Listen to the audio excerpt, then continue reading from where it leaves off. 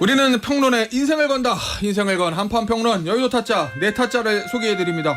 국민의힘 윤희석 전 대변인, 장성철 공론센터 소장, 박원석 전 의원, 서영주 백정치사회연구소장입니다. 안녕하세요. 네, 안녕하세요. 아이고 숨차라. 감사드립니다. 이 저 설 연휴에 이 생방에 아침부터 나와주셔가지고 고생이 많으시죠. 김태현의 정치쇼잖아. 아 그렇죠. 아 당첨 커피 케이크 세트 당첨. 어제도 생방하더라고요. 네 어제 했어요. 네, 어제 들었어요. 네. 아부가 아니라 현실이죠. 현실. 저희는 전통적으로 설 당일하고 추석 당일에 생방을 합니다. 근데 주위에서 뭐요? 그 김태현의 정치쇼밖에 들을 게 없었다. 이런 얘기를 또 많이 해주시더라고요. 다른 방송들은 녹음이었는데 예. 생으로 해주시니까 너무 현장감 있었다. 내가 정타찌님 못 이겨. 아 오늘도 생이에요. 오늘 재밌습니다. 그리고 준비된 게 많아요.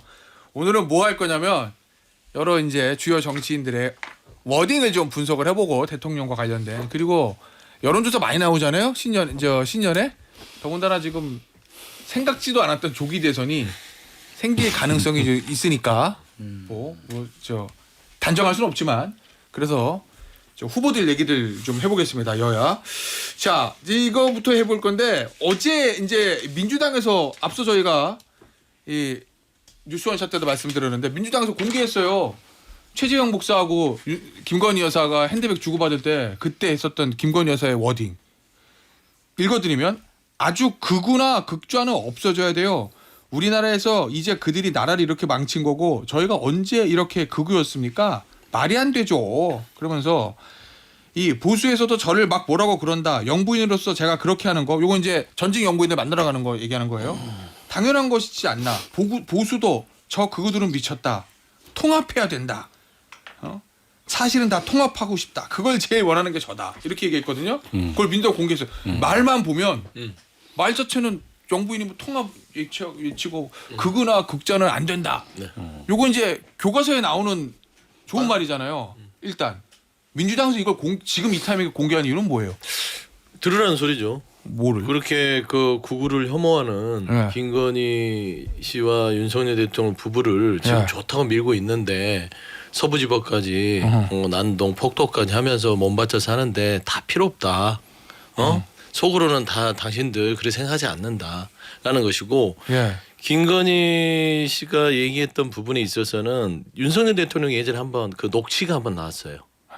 그 어떤 그 누구 그 선거 과정에서 민주당도 영 아닌데 국민의힘 그 XX 하면서 나왔어요. 그러니까 국민의힘 전차도 무시를 했던 윤석열 대통령의 발언을 보면 이게 이 그 원천이 지금 공개됐던 극우나 뭐 민주당 이쪽에 대한 김건희 여사의 생각이 대통령에 녹아내렸다고 볼 수 있고, 기본적으로 민주당이 이거를 지금 시점에서 하는 것은 지금 정광훈 씨 따라다니면서 하는 저 아스팔트 우파들 그걸 극우라고 이제 지칭을 해요. 이쪽에서는 그분들 헛물키지 마라. 그러니까 지금 대통령의 지지 기반을 흔들겠다. 뭐 이런 거.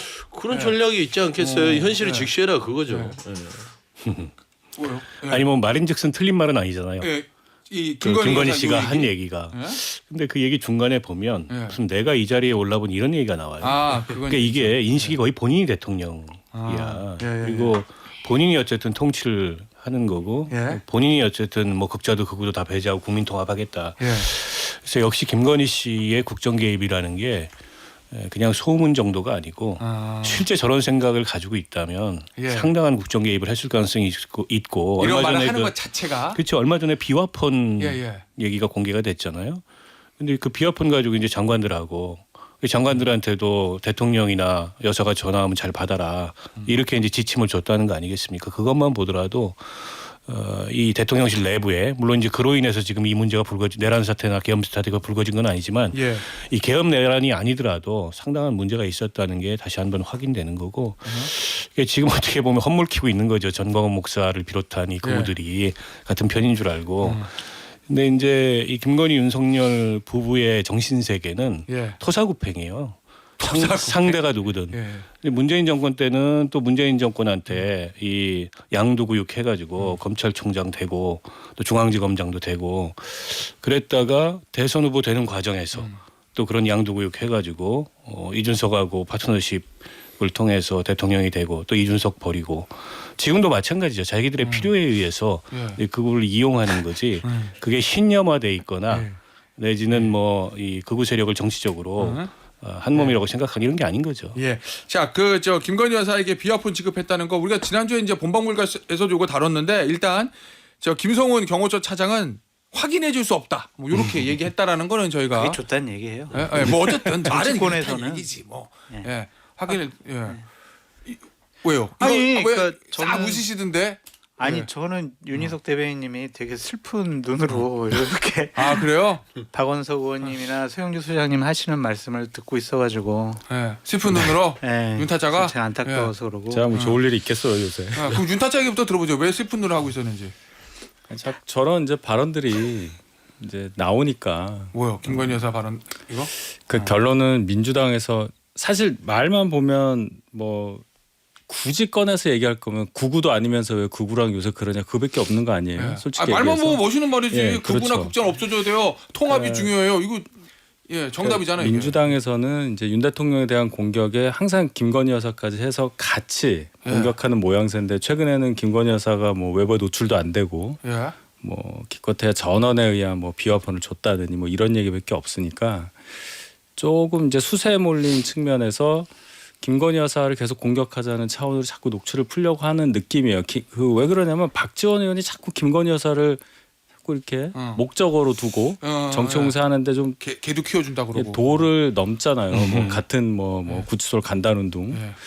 그런 전략이 참 제 느낌에는 고급스럽지 않다. 예. 예, 굳이 지금 이 시점에 이게 지금 그러니까 뜻을 물어보잖아요. 우리가 이 발언을 왜 지금 공개를 하고 뭡니까라고 하는 게 뭐 그럴 필요까지가 있느냐. 그래서 제가 웃은 거예요. 쓴 웃음. 근데 나 하나 궁금한 게 이게 이제 공개하면 민주당 입장에서는 대통령한테 마이너스가 된다고 하니까 정치적으로 공개하는 거잖아요, 당연히. 근데 이게 진짜 마이너스 될까? 아니 왜냐면 말 자체가 왜 들었을 때 맞는 헉하는 말이야? 허무맹랑한 말이 나오면 야 이럴 텐데 말 자체는 멋있는 말이라서 마이너스 되죠. 두 가지만 얘기하면 친 김건희네. 어, 친. 그래요. 아니 난 궁금해서 그런 거 아니 아니에요. 장소님 얘기해 줄 거예요. 왜 마이너스? 아니 아니 여기를 보니까 무슨 말씀하시는 자 장타차 마이크 30분 정지 오늘. 아이, 풀어주세요. 설날부터. 설날이니까. 예. 국정 운영에 네. 그 장악력에 대해서 아주 무한한 자신감이 있어 보인다. 워딩을 보면 제가 이 자리에 있어 보니까 막상 대통령이 되면 저는 그렇게까지 이 편 저 편이 아닌데 대통령 자리 올라가 보니 이거예요. 그거 아까 저 에이, 박타짜가 얘기하셨던 국정 그 운영에 있지, 가운데. 대단한 장악력 내가 갖고 있어. 자신감 뿡뿡. 예. 그러니까 민주당이 결국에는 김건희 여사가 V0다. 이거를 알려주고 싶은 게 하나가 있었던 것 같고. 그게 더 주 목적이다. 극우 이거 떠나서. 아니 저는 구구는 미쳤다 이것도 예, 예. 중요한 목적인 것 같아요. 편들어 주지 마. 예. 이제 이러한 의미도 있는 것 같고 예. 또 하나는 김건희 여사도 있어. 윤석열 대통령이 국정 운영만 잘못한 게 아니라 김건희 여사도 있어. 여러 가지 부정적인 얘기, 이미지 했던 행동들 많이 있어. 그러니까 예. 김건희 여사도 잊지 마세요. 이런 세 가지 측면이 있었던 것 같아요. 여기 좀 덧붙이면 이제 첫 번째, 두 번째는 저와 같은 생각인 것 같고 세 번째는 이제 김건희 여사도 있다가 아니라 김건희가 전부였다라는 얘기를 할 거예요 아마. 그럼 V1, V2 그러니까 V 제로다. 그러니까 V 제로에서 모든 국정 운영의 이 난맥상을 초래했던 뒤에는 김건희라는 인물이 있었고 네. 이 배우자가 계엄의 뒤에 있어서도 충분한 어떤 의견을 줬을 것이다라는 그런 의심들을 많이 하고 있어요. 근데 이게 이제 의심이기 때문에 일단은 빌드업을 하는 겁니다. 그리고 이 대통령 배우자인 김건희라는 이 분이 예. 지금 명태균도 있잖아요. 그다음에 많은 행적들이 대통령 행사를 해왔다는 조금의 어떤 그 징후가 포착됩니다. 예. 아까 장 소장님 얘기했잖아요. 장타짜가 내가 대통령이 돼 보니 이게 처음 했던 얘기가 아니에요. 뭐 남북 문제도 개입하겠다고 하고 라는 부분을 봤을 때는 이제는 윤석열 대통령 끝났다고 보고 예. 솔직히 이제 더 이상은 회생 불능이다. 여기서 뭐 헌재 재판하는 거 보면 그렇잖아요. 어떻게 뭐 회생이 되겠어요? 그러면 그 다음에 남는 거는 김건희 여사인데 이 분이 남아 있는 한 예. 대한민국이 정상적으로 돌아갈 수 없다. 근데 빌드업이에요. 예. 저는 뭐 김건희 씨가 그 대화에서 보여준 인식이나 태도나 이건 매우 부적절하다고 봅니다. 근데 이제 민주당이 조기 대선의 땔감으로 이제 김건희를 공격하는 전략을 취하겠다. 그건 좋은 전략은 아닌 것 같아요. 이미 왜요? 예. 조기 대선을 치른다는 건 윤석열이 탄핵이 된 거예요. 더 이상 김건희도 윤석열도 대한민국 국정이나 대한민국 사회에 어떤 영향력도 공식적으로 행사할 수가 없습니다. 물론 그걸 지키자고 하는 극우의 존동은 있을 수는 있어요. 근데 이를테면 이제 국민들이 갖고 있는 정서라는 게 있거든요. 예. 어쨌든 끝났어요, 여기는. 아. 끝났고 지금 여론조사로 통해 나타나는 흐름도 윤석열 정리된 이후에 대선 국면에서 누구를 지지할 거냐, 어디를 지지하십니까? 여기에 반응하고 있는 거거든요. 근데 계속 이제 그 지나간 과거를 붙잡고 윤석열 다음은 김건희다. 물론 저는 윤석열 그 시대가 끝나는 순간 김건희 씨는 사법 처리를 피할 도리가 없다고 봐요. 예. 여러 가지 정황상으로 비추어 봤을 때. 근데 이 사태 뒤에 열리는 대선에서 앞으로의 대한민국을 얘기하는 게 아니고 또 김건희, 윤석열 이 얘기를 하는 게 예. 글쎄 약간 좀 지루할 것 같아. 아 그래요? 예, 염증이 느껴질 것 같아. 저는 좀 다른 생각인데 박지원 의원 유의 그런 반응, 처벌해야 돼 예. 이런 식의 반응은 박원석 의원님처럼 좀 적절하지 않은 것 같다는 생각이 드는데 이렇게 국정 운영에 개입한 듯한 그런 것들을 툭툭 던지는 것은 예. 보수파 특히 영남에 계시는 보수파 어른들에게는 상당히 좀 영향력이 있지 않을까 그래요? 그런 생각이 좀 들어서 예. 이런 소프트한 것들은 공격 포인트로서 네. 저는 적절하다 그런 생각도 드네요. 알겠습니다. 갑자기 궁금한 게 생겼어. 윤타짜한테 물어볼 수밖에 없어요. 김건희 여사는 왜 면회 안 간대요? 남편이 구속돼 있는데 눈이 아- 노출될까 봐 그런 아니 건가? 뭐 그것도 있죠. 정치적으로. 그럼 또 민주당에서 또 뭐라고 할 테니까. 예. 근데 좀 몸이 많이 아프신 걸로 들었습니다, 저는. 아 그래요? 예. 아, 몸 자체가 예, 예. 아 뭐 보도는 뭐 누워만 있는다라는 그런 보도는 있긴 있었는데 예. 누구만 있겠어요. 그러니까 건강 자체가 갈 수 있는 상황이 아니다. 예. 하긴 그리고 조용히 갔다 올 수가 없네. 왜냐면 차가 경호. 이동하는 거 보면 서울 구치소 앞 한남동 관저 앞에 다 눈에 띄니까. 경호가 예. 아니 근데 가는 곳을 누가 욕할 사람은 없어요. 본인의 그렇죠. 남편이 구치소에 있으면 예. 가는 건 당연한 예, 거고 예. 그걸 그냥 경호만 받는 거고 민주당에도 그거를 왜 면허 가냐 무슨 면이 있어서 가냐 이렇게 욕하면 민주당한테는 손해죠. 가는 게 맞는 것 같은데 예. 뭐 전략적인 여러 가지 생각이 있겠죠. 근데 저는 김건희 씨가 지금 할 수 있는 것들은 본인이 살려고 노력할 것 같아요. 어? 왜냐하면 최은순 장모도 본인의 사위가 체포되던 다음날 저기 스크린 가서 골프 치고 그러잖아요. 예. 그러면 걔를 비슷하게 가질 거예요. 오. 그래서 별로 그렇게 그동안에 좀 비참한 얘기지만 예. 본인의 남편에 대해서 정말 지극정성이었는지 모르겠으나 아하. 굉장히 비즈니스적으로 본인이 어떻게 향후에 사법 처리에 대해서 알겠습니다. 출구 전략할지에 예. 대해서 고민하는 차원에서 예. 안 가지 않을까. 자, 말 나온 면회 나온 얘기 나온 김에 요 얘기 좀 해보죠. 대통령 면회 보니까 이제 청취자분들 다 아시겠지만 변호인들은 하루 왼종일 매일 할 수 있고 일반 접견은 하루에 한 번. 한 10분인가? 저도 일반 접견을 안 해봐서 한 10분 하는데 예 그러면은 앞서 보도 보니까 화요일 목요일은 대통령이 탄핵 심판 준비에만 전념하고 싶다. 다른 거 안 할래. 그럼 이제 월수금 3일이거든요. 그럼 3명 가는 거예요. 이제 월요일 한 번 10분. 물론 한 번에 갈 때 여러 사람 할 수도 있지만 근데 이게 이 재벌들 이게 구속되고 막 이러면은 조짜거든요. 매일 뭐 왜냐면 가족 최우선. 그다음에 중요 계열사 임원들 가서 이제 회장님 뵙고 뭐 이런 거 해야 되니까. 근데 이것도 마찬가지일 거라고 대통령도. 그럼 가족은 안 가요? 그러면 이제 국회의원들이 간다는 거잖아요. 그러면 이제 국회의원들 이제 뭐 서로 이제 조율하고 조짜고 막 이러거든요. 월수금 이번 주 다음 주. 자 이제 면회를 간다고 하는데 어제 보니까 윤상현 의원은 갔다 왔더라고요. 그죠? 면회를 간 건 아니었고 아 면회를 구치소 앞에 지지자들 앞에. 집회. 그렇지 맞아. 예. 기사 면회가 된 죄송해요. 게 아니지. 이제 지금 면회가 안 되니까. 그럼 이제 당장 내일부터 이제 면회 시작이거든요. 누가 갈지 모르겠는데 아시는 거 있어요? 누구 간대요? 아니요, 저는 그건 들은 거 없고. 권성동 원내대표도 이제 갈 수도 있다. 이건 지도부가 아니라 개인적으로 뭐 이런 뭐 얘기. 그렇게 이제 해야죠. 예. 네. 개인적으로 간다는 말을 꼭 깔 수밖에 없는 상황이잖아요. 내가 정치적으로. 원내대표로 가는 게 아니라 그렇게 하면 안 되지. 오래된 지인이니까 뭐 예. 친구니까. 정치적 해석을 나올 수 없는 그렇게 해야죠. 예. 오래된 그 지인이고 예. 이제 친구면 나중에 아무도 면회를 안 가는 시간이 올 때가 있어요. 탄핵도 되고 예. 내란 우두머리 혐의가 확정돼 가지고 감옥 안에서 오래 살게 되면 예. 그때 가시길 권하고 예.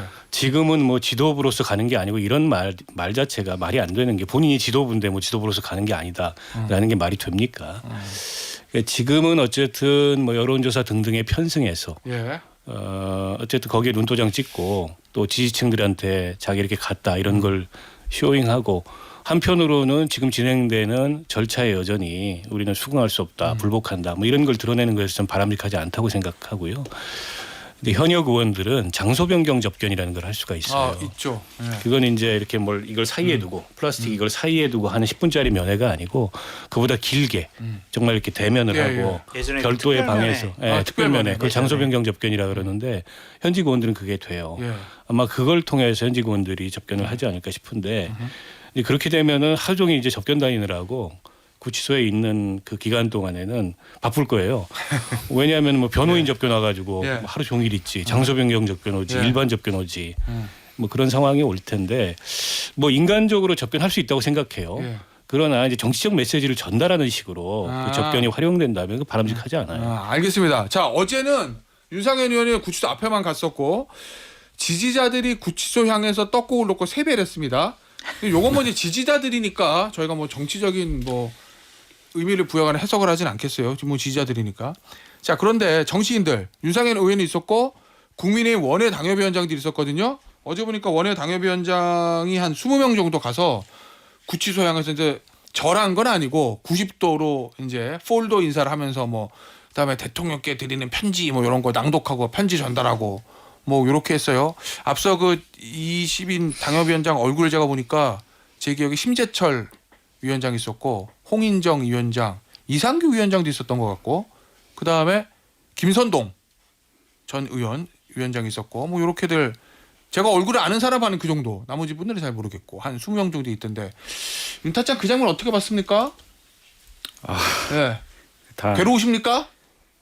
가까우니까요. 아, 예. 이런 생각이 듭니다. 제가 개인적으로 당협위원장이란 걸 처음 한 게 자유한국당 시절인데요. 2018년도 초에 예. 딱 그 분위기예요. 아, 지금이? 거기 나가셨던 분들이 그때 응. 굉장히 중요한 일을 하셨던 분들이고 심재철 국회 부의장, 김선동 예, 서울시 그때 시장 서울시당 위원장. 위원장 그때 현역이셨고 뭐 예. 이렇게 같이 있었던 그 분들인데 그때 분위기가 지금하고 다를 게 전혀 없고 뭐 그때 조금 더 심했을 수는 있어요. 그때 이제 나온 얘기가 처음 그때 19년도 이제 황교안 대표로 가잖아요. 예. 18년도 홍준표 대표 때 지방선거 폭망하고 이렇게 넘어가는 과정에서 점점 극우화가 돼서 전광훈이라는 이름이 처음 나와요. 광화문 집회를 당에서 1년 내내 하고 토요일마다 그리고 뭐 청와대 쳐들어가세요 뭐 이런 거 나오고 똑같습니다 지금 상황이. 그래서 제가 우려를 하는 거예요. 아니 지금 보니까 하나 더. 이 80명, 그러니까 어제 찾아간 사람은 20명이고 80명이 대통령을 위한 새해 편지. 여기 보면 자유민주주의를 바로 세우기 위해 자신의 몸을 던져 구하려 한 윤 대통령 영원히 기억하겠다 이렇게 썼다는 거거든요. 당협위원장이 원외가 전부 몇 명입니까? 원래대로 하면 254개 지역구가 있잖아요. 아, 그렇지. 90명이 됐으니까 네. 어떻게 됩니까? 164명이 있어야 되잖아요. 예. 그렇죠? 근데 예. 지금 40명의 공석이에요. 예. 그러니까 124명이 있는 거죠. 와, 그중에 80명이면은 반이 훨씬 3분의 2네. 원외가. 원외가. 예. 야, 그러면 장타짜 요 비율대로 하면 친윤 예를 들면 대통령을 지금 저 옹호라고 그래야 되나? 대통령 지지하는 원외 당협위원장들의 세가 많다는 얘긴데요. 그렇게 보여져요. 현역 의원까지 하면. 그러니까 이게 예. 여론조사에서 막 치고 올라가니까 그거에 좀 힘을 많이 받았던 측면도 있는 것 같고 예. 당 지도부들도 원외 당협위원장들 흔들리지 않게 여러 가지로 좀 관리를 하고 있는 측면이 있는 것 같아요. 근데 이제 김선동 의원 같은 경우 도봉이잖아요. 예. 수도권. 어. 근데 되게 적극적으로 하시더라고요. 제가 예. 관저 앞을 2번 갔는데 그때마다 관저 앞에서 아, 이용 의원도 있었어요. 맞아. 예. 이용 의원도 예. 있었다. 지키고 계시더라고요. 솔직히 좀 이해가 되지 않고 그분이 지난번 경선 때 예. 홍준표 그 캠프. 후보를 거기서 밀었었거든요. 근데 지역구도 그렇고 이전 정치적인 성향도 그렇게 저런 거를 앞장서서 할 뿐이 아닌데 저런 움직임을 보인다라는 것은 결국에는 국민의힘을 지지하는 지지층 그 당원들이 정말 똘똘 뭉쳐가지고 예. 지금 많은 압박을 가하는 것이 아니냐 좀 그런 생각도 들어요. 120명 중에 80명이면 3분의 2. 현역 의원들도 지금 많고 어쨌든 새가 좀 있는 것 같아요. 이거 그러면은 서타짜 보기에 뭔가 이 당협위원장들도 뭐 대통령을 향한 순수한 마음도 있겠죠. 뭐 전혀 없다고 할 수는 없는 거고. 약간 있겠죠. 뭐 어느 정도는 전 모르겠습니다. 뭐 있겠고 정치적인 의도, 목적, 정치인들이니까 그것도 있을 거라고 보세요. 본진을 어떤 의도? 지켜야 본인들의 미래가 있을 거 아닙니까? 본진? 본진. 아. 그러니까 국민의힘이라는 본진을 지금 이런 내란 사태를 맞을 정도 되면 예. 정상적인 판단을 하는 당이라면 이 부분에 대해서 비판을 하고 우리가 보수의 어떤 이 지지층의 세력을 정상으로 돌려놓겠습니다. 국민께 반성하겠습니다 하면서 뭔가 돌파구로 찰 텐데 그러지 않잖아요. 예. 지금 내란에 대해서 거의 동조하듯이 내란을 방탄하고 예. 거기에 대해서 떡국을 앞에 갖다 놓고 90도로 폴더 인사하는 게 국민 눈에는 어떻게 보이겠어요. 예. 그러니까 이거는 뭐냐면 대통령에 대한 전 존경심은 솔직히 제가 개인적으로 봐서는 한 2% 정도 있고 예. 98%는 국민의힘이라는 본진을 지켜야만 예. 향후에 넥스트가 있는 거예요. 배지들은 3년에 본인의 어떤 그 잘 먹고 잘 살자. 예. 내 정치적 이득. 그다음에 당협위원장도 본진이 무너지면 뭐 할 거예요? 있어봤자 힘들어요. 그래서 결국에는 정치적 이득 때문에 참 비정상적인 저는 이런 모습들을 보인다고 보고, 근데 국민의힘이 이렇게 돼서는 지금 뭐 조기 대선이 언제 열릴지는 모르겠으나 예. 이런 식의 행보들은 나중에 그 변화를 할 때 시간이 없어요. 그러니까 박근혜 전 대통령 그 할 때 탄핵됐을 때도 옥중 투쟁이라고 하면서 D-를 했던 분이 조원진 전 의원입니다. 아, 기억나시죠? 예. 근데 그나마 거기서는 당시에는 일부였어요. 예. 근데 지금은 국민의힘 전체가 내란을 동조하니 조기 대선에서 저는 예. 솔직히 출구가 없다고 봐요. 알겠습니다. 자, 이 조기 대선 얘기는 자 2부, 3부에서 충분히 나눌 거니까 1부 마지막에는 요 얘기 좀 해볼게요. 대통령의 메시지, 그다음에 이재명 대표의 메시지, 설 메시지. 대통령이 옥중 메시지가 계속되고 있는데 석동현 변호사가 전한 거예요. 요거 봅시다. 무엇보다 나라의 앞날이 걱정되고 꿈을 키워야 하는 청년들, 미래 세대들이 현실에 좌절하지 않을까 하는 것이 더 걱정된다. 물론 뭐 그 앞에 이런 얘기는 있습니다. 유혈 사태가 있었냐, 인명사고가 있었냐, 어떻게 내려될 수 있냐. 요 얘기는 이제 계속 하던 얘기였고 그 뒤에 이제 나라 앞날 걱정된다. 미래 세대들이 현실에 좌절하지 않을까 걱정된다. 미래 세대 청년 얘기를 많이 하는 것 같은데 대통령의 메시지는 어떻게 들으셨습니까, 박타짜는? 그러니까 이제 저런 유형의 사고를 두고 예. 죄의식 없는 확신범이라고 얘기하잖아요. 죄의식 없냐 확신범이요? 예. 죄의식 없는 확신범의 전형적인 모습을 저는 보이고 있다고 생각하고 예. 아직도 이제 본인이 한 행위가 옳고 잘했다 이렇게 믿는 거죠. 그럼 나라 걱정하는 사람이 그 위헌적인 계엄을 선포하고 내란을 일으킬 리가 없잖아요. 그러니까 적반하장 같은 얘기를 하고 있는 거고요. 그러니까 청년들 얘기하는 게 이제 눈에 띄는데 예. 최근 들어서 서부지법 그 폭동 사태에서도 나타나듯이 그러니까 2030 세대 중에 좀 극우적 성향을 갖는 그런 세대들의 결집이 눈에 띄어요. 예. 그걸 자기 방어를 위해서 최대한 활용하겠다. 말하자면 그들을 선동하겠다. 이제 이런 의도를 갖고 있다고 보고요. 저런 분이 무슨 청년의 앞날을 얘기하고 한다는 것 자체가 어불성설이라고 생각하고 저는 앞으로도 저런 식의 이제 메시지 전달이 예. 계속 될 거라고 봅니다. 앞으로는- 한편으로는 내가 잘못한 게 없다. 내란도 아니고 뭐 예. 계엄은 그 헌법이 부여한 대통령의 고유 권한이기 때문에 정당했다. 일종의 여론전. 예, 여론전 계속 피는데 예. 그것도 뭐 하루 이틀이지 얼마나 효과가 있겠습니까? 그런데다가 거듭 말씀드리지만은 헌법 수호의 의지가 전혀 없다는 거를 예. 매일매일 본인이 본인의 입으로 증명을 하고 있기 때문에 저건 헌법재판소에서 그 탄핵 심판의 부정적 영향으로 예. 크게 작용할 가능성이 높다고 봐요. 알겠습니다. 윤타짜. 네. 그러면 이제 헌법 재판을 앞두고 여론전을 대통령 입장에서 여론전을 하니까 뭐 이렇게 메시지를 뭐 지지층 결집시키고 뭐 본인 지지도 본인 입장에서 한다고 해요. 그러면 탄핵이 됐어. 그럼 그 다음 날부터 국민의힘은 경선. 그 다음에 이제 본선이잖아요. 네. 그러면 조기 대선에서 국민의힘 후보 경선이 있으면 그때도 대통령이 그때는 이제 대통령이 아니겠지. 전 대통령 입장에서 계속 메시지를 낼 거다. 석동현 변호사 통해서, 윤곽근 저는 변호사 통해서 내신다고 봅니다. 일종의 경선 개입의 본인 입장에서 경선 개입의 효과를 얻으려는 메시지를 낼 거다. 뭐 경선 개입이라고 볼 수 있겠지만 지금 생각하시는 게 나는 들어가더라도 예. 정권을 계속 유지해 달라. 정권 재창출. 국민의힘이 더 세게 싸워달라는 예. 말씀을 이미 하셨잖아요. 예. 그러니까 이건 뭐 개입 차원이 아니라 지금 본인이 생각한 국정 기조나 예. 국정 운영 방향 뭐 그런 부분에 대해서 나하고 뜻이 같은 분이 돼야 한다는 메시지를 왜 안 내겠어요? 그러니까 이제 나를 밟고서라도 정권 재창출이 아니라 나를 받드는 정권 재창출하라 이 얘기인 거잖아요. 대통령 얘기는. 뭐 굳이 그렇게 얘기하자면 굳이 얘기하자면. 네, 예. 그럼 그게 효과가 있을 거라고 보세요? 지금 예를 들어서 뭐 이렇게 떡국 들고 와서 인사하시는 분들이나 지지자들. 이런 분들은 굉장히 더 강렬하게 메시지를 낼 가능성이 큰데 제가 아까 자유한국당화 되는 것에 대해서 우려한 것은 예. 이분들이 어떤 정치적 유불리 때문에 했다고 생각하지 않아요. 뭐 이렇게 한다고 해서 다음에 공천받는 네, 이런 네. 차원이 아니고 예. 그 당시에도 지배했던 정서가 뭐냐면 2018년 지방선거도 잘하면 우리가 이길 수 있다. 이 정신이에요. 이 정신. 그러니까 우리가 이제 정신 승리라고 얘기를 하는데 예. 19년도 황교안 대표 모실 때도 그 총선 문제 이긴다고 하잖아요. 다음에 이분이 대통령 될 사람이니까 가자 해서 왁 몰아주는. 예. 근데 근거가 없잖아요. 예. 그 확장성이라든지 이런 거에 대한 인식이 없고 보수만 뭉치면 다 이긴다는 생각을 팽배하던 시절이에요.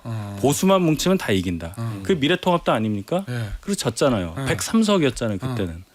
그러니까 이번에도 똑같이 작용한다는 얘기예요. 보수만 뭉치면 대선에 이길 수 있다. 이 기조. 그게 우려스럽다는 겁니다. 저는. 실제는 그렇지 않을 건데. 그렇지 않잖아요. 네. 알겠습니다. 자, 그러면 저 민주당 이재명 대표 이야기 좀 해보죠. 조기 대선 얘기 이제 2부 3부 충분히 할 테니까. 설 메시지. 대한민국 민주주의는 새로운 세상을 목도할 구분응선을 지니고 있다.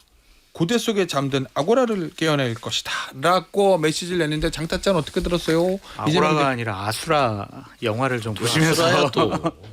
이재명 대표는 반성을 좀 해야 되지 않나. 아수라예요? 예. 아수라 영화를 좀 보시라 그렇게 네. 말씀을 드리고 어쨌든 새로운 세상 구분응선 지나고 있다. 이거는 윤석열 대통령 탄핵을 예. 예견을 하면서 조기 대선 얘기하는 것 같은데 예. 어쨌든 모든 관심과 초점이 국민의 민생보다는 조기 대선에 있는 것이 아니냐 좀 그렇게 보여져요. 예. 뭐 어쩔 수 없죠.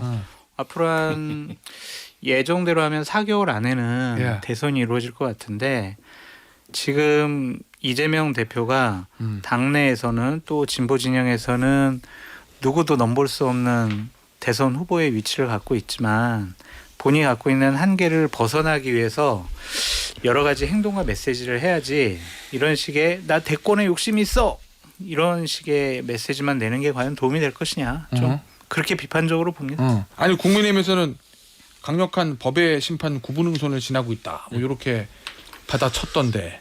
국민의힘은 이재명 대표 없으면 왜 그 당이 유지 안 될 것 같아요? 안 되지. 뭐 할 말이 이재명밖에 없어. 좀 다른 얘기를 했으면 좋겠는데 네. 아까 뭐 저기 유니스 대표님도 얘기했죠, 윤타차님도.